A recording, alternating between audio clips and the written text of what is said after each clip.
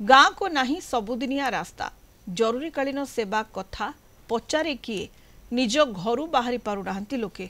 वर्ष वर्ष धरी लोके प्रशासन द्वारस्थ होउथिले मध्य सुफल पाउना। केन्द्रापड़ा जिला महाकालपड़ा ब्लॉक बारडांग पंचायतर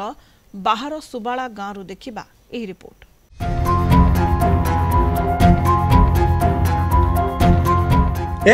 केन्द्रापड़ा जिला महाकालपड़ा ब्लॉक बारडांग पंचायतर बाहर सुबाला गाँ रास्ता घर गोड़ काढ़ा मुस्किल नलकूर पानी आनिबा हेउ अबा पिला माने स्कूल जिबा हेउ किंबा बजार घाट कथा हेउ दयनीय भावे जिबाकु पड़ुछि। गर्भवती को हॉस्पिटल लेबाकु हेले दरकार पड़ी थाए दोली भार। काली सकाळे मोर झुओटी कॉलेज जाउछि बाटरे पड़िला परीक्षा को जाउथला बाटरे पड़िला आसी कि 9टा आसिला को सिटी जाय एग्जाम देई पाइलानी सेटो कोन करा जिवो आकु कोन सरकार आखि देखा जाउनी रास्ता एमि देइछि।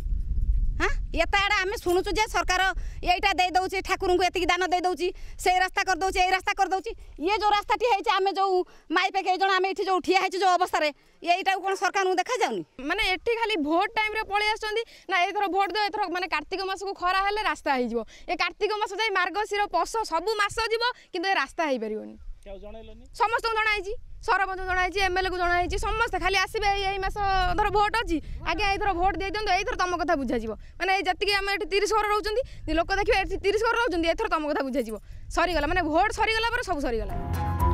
पंक कादोरे दैनंदिन घांटी होउचंदी लोके 30 रु ऊर्ध्व परिवार 200 लोक रास्ता पाई असुविधार सम्मुखीन होउचंदी। 30 वर्ष हबा एमिति जीवन यापन करूचंती एही वार्डवासी। तुरंत सबुदिनिया रास्ता न हेले आंदोलन हेबो बोली चरम बाणी सुनाइछंती वार्डवासी। तेणे महाकालपड़ा वीडियो कहिछंती खूब शीघ्र तैयारी हेबो रास्ता। आम लोक दादा बड़ा भाई भौणी मैंने समस्त ये असुविधा चलुँच तो ये केते दिन ये सब चलो सबुआड़े देखुचु आम भी बाहर को जाऊँ विदेश में कम करूँ सबुआड़े देखुँ डेवलपमेंट हेले ओडिशा महाकालपड़ा ब्लॉक बारडांग पंचायत बाहर सुबला ग्राम में 1 नंबर वार्ड एमती कहीं रही है कौन क्या देखा जाऊना साइकेल कांधे 60 वर्ष ये बयस साइकेल कांधे आ